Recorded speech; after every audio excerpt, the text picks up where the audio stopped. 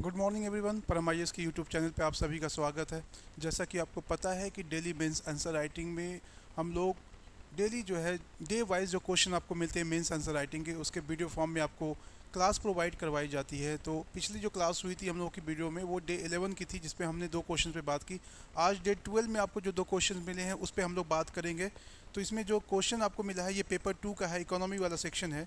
इसमें से जो डे 12 में आपको पहला क्वेश्चन मिला है वो है आपका फूड प्रोसेसिंग से है। ठीक है, ये बहुत इंपॉर्टेंट क्वेश्चन है फूड प्रोसेसिंग कि discuss in what ways the food processing industries can be a game changer for Indian agriculture. भारतीय कृषि के लिए जो खाद्य प्रसंस्करण उद्योग है, इसको हिंदी में कहते हैं खाद्य प्रसंस्करण उद्योग, ये किस तरह से जो है भारतीय कृषि के लिए गेम चेंजर्स हो सकता है। ठीक है ना। तो इस क्वेश्चन को हम लोग देखेंगे। सबसे पहले तो आपको डिफाइन करना पड़ेगा यहाँ पे। ठीक है, जो मॉडल आंसर मिला है उसमें आपको शुरू फैक्ट से कर दिया गया है, लेकिन आपको जो है फूड प्रोसेसिंग के बारे में आपको डिफाइन करना पड़ेगा। खाद्य प्रसंस्करण उद्योग है क्या, what is the food processing. उसमें सबसे पहले आप उसको डिफाइन करेंगे कि food processing industries is the industries where, ठीक है, transformation of food from one form to another form. ठीक है, इसमें क्या होता है कि जो खाद्यान्न है, जैसे अनाज है, खेत में खेती होती है, उसका जो चेंज होता है, ट्रांसफॉर्मेशन होता है दूसरे प्रोडक्ट में, उसी को फूड प्रोसेसिंग कहते हैं। मान लीजिए ये गेहूँ है, गेहूँ अगर उपजाए किसी खेत में तो उस गेहूँ को क्या करते हैं, पहले गेहूँ की जो है करके उसके कटाई करके उसकी प्रोसेसिंग करते हैं, उसके दाने निकाल के उसको आटे में कन्वर्ट करते हैं। किस में करते हैं, आटे में कन्वर्ट करते हैं। और वही आटा बाद में किस में कन्वर्ट हो जाता है, वो हो जाता है आपके ब्रेड में हो गया, डिफरेंट टाइप ऑफ ब्रेड हो गया, है ना, केक में कन्वर्ट होता है। ठीक है, बाकी और जो है फूड प्रोडक्ट में कन्वर्ट होता है। तो जो एग्रीकल्चर प्रोडक्ट है उसका एक फॉर्म से दूसरे फॉर्म में कन्वर्जन होना, प्रोसेसिंग करके कन्वर्ट करना ताकि वो खाने लायक हो जाए, उसी को कहते हैं फूड प्रोसेसिंग। और इसमें जो होता है पैकेजिंग, है ना, पैकेजिंग से लेकर के बाकी सारी चीज़ें होती है, पैकेजिंग से लेकर के सारी चीज़ें होती है। इसमें जो पैकिंग होती है, डिब्बाबंदी होती है, ठीक है, उसको जो है फर्मेंटेशंस होता है उसमें, ठीक है ना, उसको और दूसरे तरीके से प्रोसेस करके दूसरे चीज़ों में कन्वर्ट करना। जैसे मान लो मिल्क है, मिल्क भी क्या एक फूड प्रोड्यूस है। मिल्क को जो है क्या करते हैं हम लोग, पनीर में कन्वर्ट कर देते हैं, दही में कन्वर्ट करते हैं और दूसरे डेयरी प्रोडक्ट में कन्वर्ट करते हैं। तो ये प्रोसेसिंग प्रक्रिया कहलाती है। तो भारत में जो फूड प्रोसेसिंग है वो कितना इंपॉर्टेंट है, उसका क्या रोल हो सकता है एग्रीकल्चर में, उसी का क्वेश्चन है। तो सबसे पहले आप इंट्रो में डिफाइन करेंगे, क्या करेंगे आप इसको डिफाइन करेंगे, व्हाट इज़ फूड प्रोसेसिंग, है ना, what is food processing industries, और इसका इंपॉर्टेंस दिखाएंगे। जैसे यहाँ पे दिखा हुआ है कि ये इंडिया के जीडीपी में 6%, है ना, contribute to almost 6% of GDP, और 13% इंडिया के निर्यात में, भारत के निर्यात में 13% योगदान है फूड प्रोसेसिंग इंडस्ट्री का। और 6% इंडस्ट्रियल डेवलपमेंट, जो औद्योगिक इन्वेस्ट होता है उसमें 6% जो है फूड प्रोसेसिंग, ठीक है, इंडस्ट्रीज में होता है। India's food processing sector is one of the largest in the world and its output is expected to reach 535 billion. 2025-26 तक उम्मीद है कि ये 535 बिलियन डॉलर तक पहुंच जाएगा। और ये क्या वर्ल्ड का लार्जेस्ट जो है, ठीक है, फूड प्रोसेसिंग सेक्टर है वर्ल्ड का, ये इंडिया का।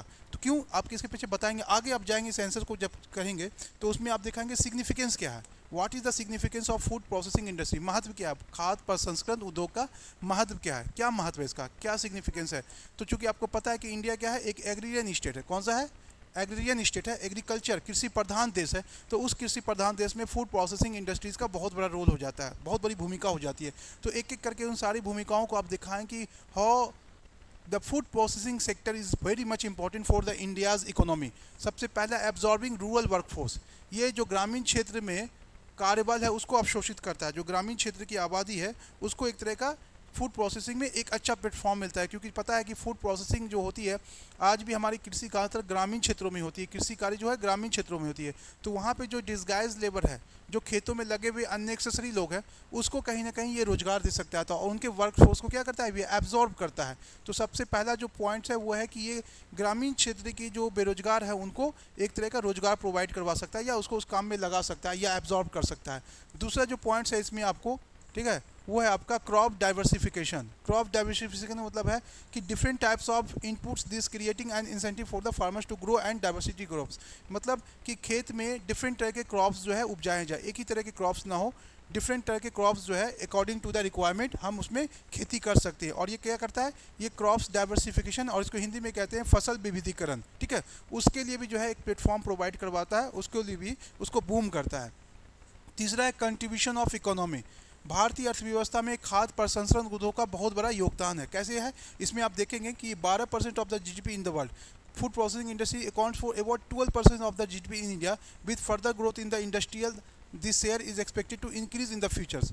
यहाँ पे क्या, अगर सारे सेक्टर्स को मिला लिया, फूड सेक्टर और उसका एग्रीकल्चर सेक्टर और उसका एलाइड, इसमें दो चीज़ें हैं, agriculture sector, agri plus allied agriculture sector, allied वाला मतलब कृषि और सहायक क्रिया। कृषि में क्या हो गया, खाली खेती बाड़ी हो गई, उसके अलावा जो हम और एलाइड काम करते हैं, मान लो एनिमल हस्बेंड्री हो गया, ठीक है, पोल्ट्री फार्म हो गया, फिशरिंग हो गई, ये सब एलाइड एग्रीकल्चर एक्टिविटीज़ कहलाती है। इन सब को अगर मिला दिया जाए तो टोटल 12% का कंट्रीब्यूशन ये प्रोवाइड करती है भारतीय अर्थव्यवस्था में। तो अगर देखा जाए यहाँ पे कि ये जो है भारतीय अर्थव्यवस्था में 12% का योगदान भी प्रोवाइड करवाते हैं। Nutritional value, food fortified with vitamins and minerals can reduce the nutritional gap in the population।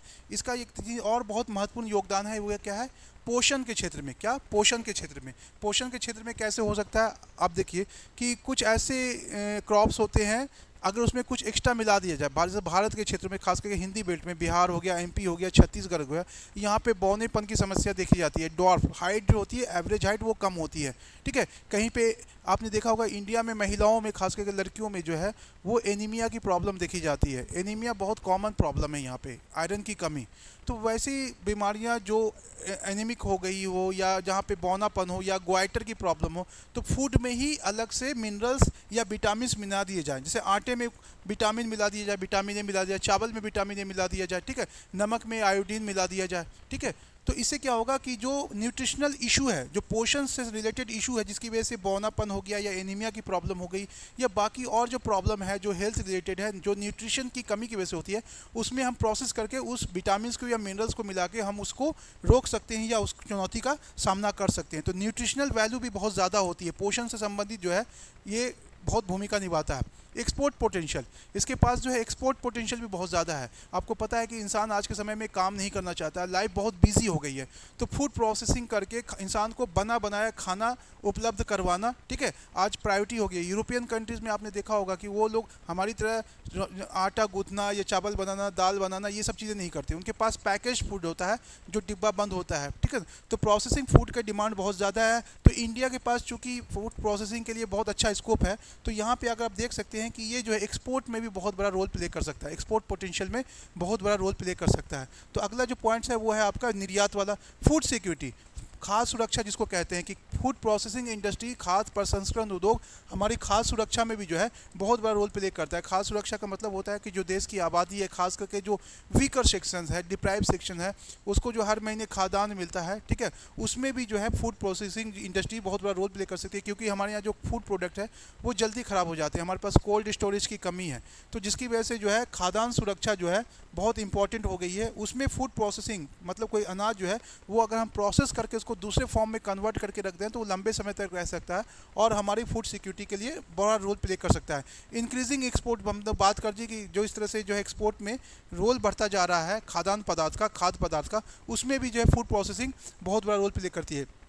Overall economic growth में अगर देखेंगे तो ये प्राइमरी, सेकेंडरी और टर्सरी तीनों सेक्टर में, प्राइमरी आपको पता है प्राइमरी सेक्टर कौन सा है, एग्रीकल्चर वाला हो गया, सेकेंडरी कौन सा है, उद्योग वाला, और टर्सरी सेवा sector, transportation of goods and research in development, agro processing. तो कहने का मतलब है कि फूड प्रोसेसिंग इंडस्ट्री जो है हमारी अर्थव्यवस्था के तीनों क्षेत्रों में, चाहे वो प्राइमरी हो, चाहे सेकेंडरी हो या टर्सरी हो, प्राथमिक, द्वितीयक या आपके तृतीयक, इन तीनों क्षेत्रों में जो है बहुत बड़ा रोल प्ले कर सकता है। और कर्बिंग माइग्रेशन, ये कहीं कहीं ग्रामीण क्षेत्रों के लिए ज़्यादा इंपॉर्टेंट है, क्योंकि ज़्यादातर कृषि जो होती है, एग्रीकल्चर एक्टिविटीज़ ग्रामीण क्षेत्रों में होती है। तो वहाँ पे जो लोग होते हैं जो एक जगह से दूसरी जगह, जैसे बिहार के मजदूर हैं, बंगाल के हैं या यूपी के हैं, ये माइग्रेट करके काम करने के तमिलनाडु या पंजाब या हरियाणा जाते हैं। तो अगर इनको फूड प्रोसेसिंग इंडस्ट्री गांव में अगर बन जाती है तो इनका माइग्रेशन भी क्या होगा, काफ़ी हद तक रुक जाएगा। तो ये माइग्रेशन को भी रोकने में प्ले कर सकता है बहुत बड़ा रोल।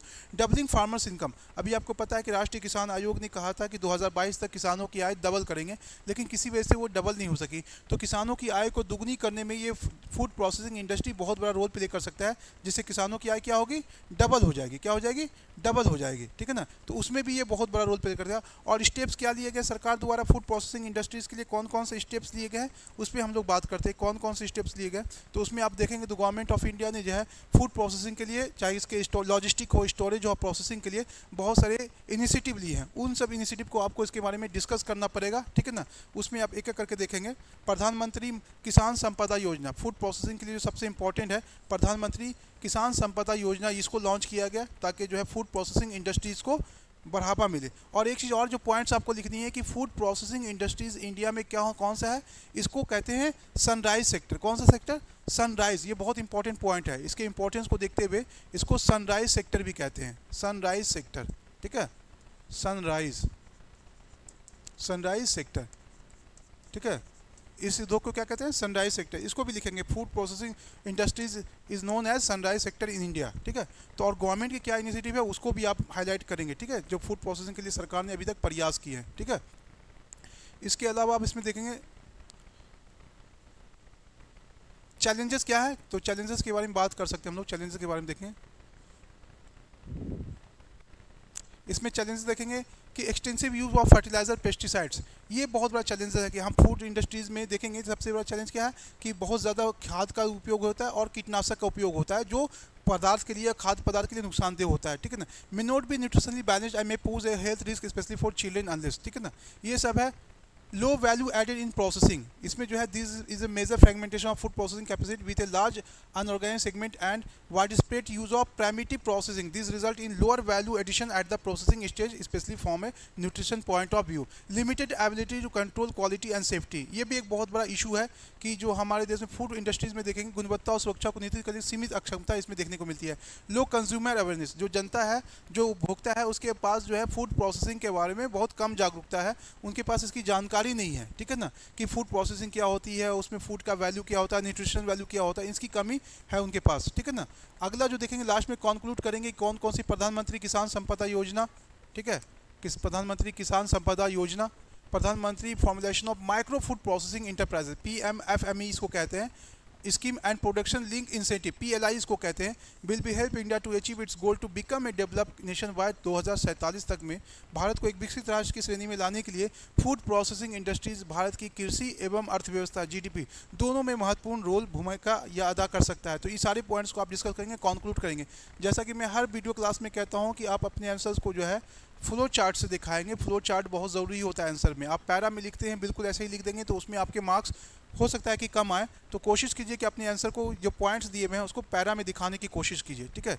दूसरा जो क्वेश्चन आपको मिला है डे 12 में वो है आपका ग्रीन एनर्जी इनिशिएटिव से, discuss the green energy initiatives of India as a signatory nation to Paris agreement. तो आप सबसे पहले आपको जानना पड़ेगा, इंट्रोडक्शंस में आप लिखेंगे कि what is Paris agreement, Paris agreement क्या है उसके बारे में बताएं कि सन 2015 में, इंट्रो है ना, इंट्रो में डालेंगे कि 2015 में, ठीक है, फ्रांस की राजधानी पेरिस में क्लाइमेट चेंज को लेकर एक इंटरनेशनल समिट हुआ जिसमें कि, ठीक है, बहुत सारे राष्ट्रों ने या जिन राष्ट्रों ने इसमें भागीदारी की थी वो उसके सिग्नेटरी मेंबर बने, जिसमें भारत भी इसका एक हस्ताक्षरकर्ता या सिग्नेटरी मेंबर कंट्री है, ठीक है। आप दे देंगे ये क्लाइमेट चेंज को लेकर हुआ था।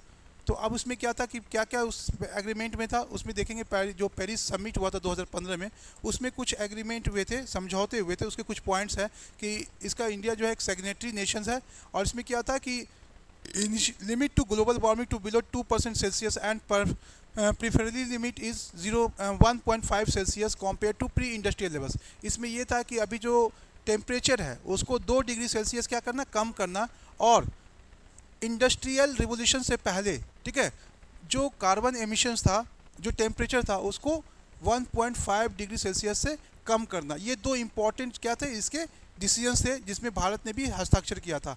अब इसमें देखेंगे कि जो पेरिस क्लाइमेट नेशन है, पेरिस क्लाइमेट समिट है, उसमें जो ऑब्जेक्टिव लिए गए तो उसके लिए हर कंट्री ने अपने अपने लेवल पे काम करना शुरू किया, उस पर वर्क करना शुरू किया। तो भारत ने भी जो है अपने इसके 5 नेक्टर्स एलिमेंट्स हैं जिसको पंचामृत कहते हैं, उस पर जो है टारगेट करके काम करना शुरू किया। उसको आप मेंशन करेंगे, उसमें जो पहला अमृत ये है पंचामृत में कि 500 GB non fossil energy capacity 2030 तक, मतलब 2030 तक जो हमारी ऊर्जा है वो गैर जीवाश्म ईंधन से, गैर जीवाश्म ईंधन मतलब कोयला, पेट्रोलियम है, इनको छोड़ के बाकी चीज़ें, ठीक है, उनसे नहीं बल्कि नॉन फॉसिल एनर्जी से जो है 500 जीबी एनर्जी हमको जनरेट करना है, कब तक? 2030 तक। ये पहला जो है इसका टारगेट है। दूसरा है कि 5% ऑफ इस एनर्जी रिक्वायरमेंट, मतलब भारत की जितनी ऊर्जा आवश्यकता है उसका 50% जो है, ठीक है, किससे लेना है? रिन्यूएबल एनर्जी सोर्सेज से लेना है। रिन्यूएबल एनर्जी सोर्स किसको कहते हैं? वैसा सोर्स जो कोयला पेट्रोलियम के अलावा हो, जैसे सनलाइट हो गया, जैसे विंड एनर्जी हो गई, ठीक है ना, जैसे टाइडल एनर्जी हो गई, बायो एनर्जी हो गई। तो वैसी एनर्जी जो कोयला पेट्रोलियम को छोड़ के आया हो, जो कार्बन एमिशन ना करता हो, और इसको हम रिन्यू कर सकते हैं, जैसे सोलर एनर्जी है, ठीक है ना। तो इन सबको, इनसे जो है क्या करना, अपना 50% रिक्वायरमेंट पूरा करना। तो ये दूसरा पॉइंट आपका हो गया।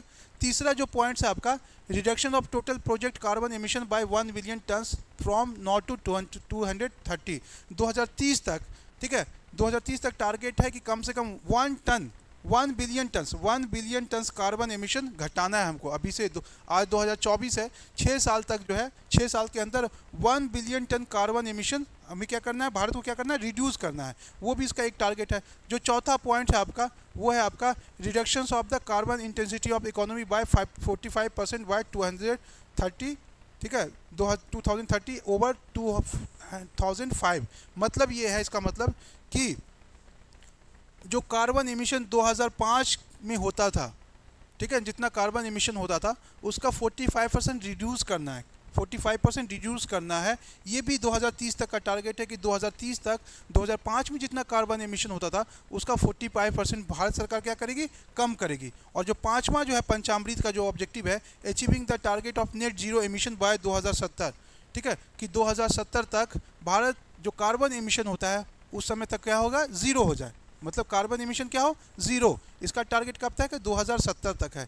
तो ये जो 5 ऑब्जेक्टिव आप देख रहे हैं, इसी को कलेक्टिवली क्या कहते हैं, इसी को पंचामृत कहते हैं। और ये जो है ग्रीन, जो पेरिस में एक समिट हुआ था, ठीक है, 2015 में, ठीक है, पेरिस समिट, उसमें भारत सरकार ने जो है उसी समिट को ध्यान में रखते हुए ये पंचामृत पे काम करना शुरू किया है। ये पंचामृत को करने के बाद भारत सरकार क्या क्या जो काम कर रही है इसके लिए, उस पर आपको बात करना पड़ेगा। सोलर एनर्जी को पुश करने के लिए, सौर ऊर्जा को जो है काम करने के लिए, सौर ऊर्जा पे, ठीक है, push for solar energy productions. Bharat सरकार जो है सोलर एनर्जी को प्रोड्यूस करने के लिए या सोलर ऊर्जा पे काम करने के लिए कुछ काम कर रही है, जैसे national solar mission to promote solar power production. पूरे देश में राष्ट्रीय सौर मिशन कार्यक्रम चलाया जा रहा है ताकि जो है सोलर एनर्जी जो है ज़्यादा से ज़्यादा हो और सरकार की निर्भरता जो है खास करके जो फॉसिल एनर्जी है उस पर कम हो। इसके लिए सोलर पार्क प्रोग्राम चलाए जा रहे हैं लार्ज स्केल सेक्टर पे, ठीक है ना, ताकि जो है ऊर्जा की जो आवश्यकता है वो सोलर से पूरी की जाए। एग्जांपल के रूफ टॉप सोलर प्रोग्राम, मतलब छत पे, घरों के छत पे जो है रूफ टॉप सोलर स्कीम इसको कहते हैं। PM Kusum Yojana, international solar alliance to fulfil the aim, ये सारे प्रोग्राम्स क्या हैं, 2030 तक जो है भारत सरकार नॉन फॉसिल एनर्जी सोर्सेज से जो है कम से कम जो है अपना, ठीक है, 500 मेगावाट जो सोलर एनर्जी, ठीक है, प्रोड्यूस करेगी, ठीक है, नॉन कन्वेंशनल एनर्जी। तो यहाँ पे पहला आपने देखा कि भारत सरकार को जो ऑब्जेक्टिव है वो कौन सा है, सोलर एनर्जी प्रोडक्शंस को बढ़ावा देना, और उसके लिए काम कर रही है जो भी मिशन है, national solar mission, solar parks, rooftop solar scheme, PM Kusum, international solar alliance, इन सबको पॉइंट्स को डिस्कस करेंगे। दूसरा है पुश फॉर विंड एनर्जी। जो आपको विंड एनर्जी पता है कि जो वायु ऊर्जा है, जो हवा होती है, खासकर कोस्टल इलाके में बहुत तेज़ हवा चलती है, तो उस हवा से जो है एनर्जी जनरेट करने के, उसी को कहते हैं पुश फॉर विंड एनर्जी। इसमें के जो अपना अभी कैपेसिटी है भारत सरकार की 40 गीगावाट, इसको जो है फोर्थ, ये हमारे देश जो है वर्ल्ड में 4th लार्जेस्ट एनर्जी है, ठीक है ना। जो आपका यहाँ पे आपने देखा है कि 40 गीगावाट हम जो है क्या करते हैं, इंस्टॉल कैपेसिटी है भारत की, और ये वर्ल्ड का चौथा सबसे बड़ा जो है वायु ऊर्जा वाला देश है। इसका टारगेट किया है कि विंड कैपेसिटी को जो है 100 गीगावाट तक 2030 तक करना है। कितना, 100 गीगावाट। अभी जो 40 गीगावाट है उसको 2030 तक बढ़ा के क्या करना है, 100 गीगावाट। तो विंड एनर्जी पे भी भारत सरकार काम कर रही है। इसके लिए एग्जाम्पल भी देख सकते हैं, नेलर ऑफशोर मिशन। ये ऑफशोर क्या होता है, आपको पता है कि समुद्र के तट के आसपास जो इलाके होते हैं उसको ऑफशोर कहते हैं, और यहाँ पे हवा तेज़ चलती है, ठीक है ना। तो इसके लिए भी सरकार जो विंड एनर्जी के लिए काम कर रही है। India renewable idea exchange portal by MNRE, एक पोर्टल है जो विंड एनर्जी के लिए, ठीक है, आइडियाज़ ऑफ एक्सचेंज और ग्लोबल लेवल पे, ग्लोबल कम्युनिटी से या नेशनल लेवल पे अपनी आइडियाज़ को एक्सचेंज करती है, ताकि जो है ज़्यादा से ज़्यादा जो है रिन्यूएबल एनर्जी को प्रमोट किया जाए, उसको पॉपुलराइज किया जाए।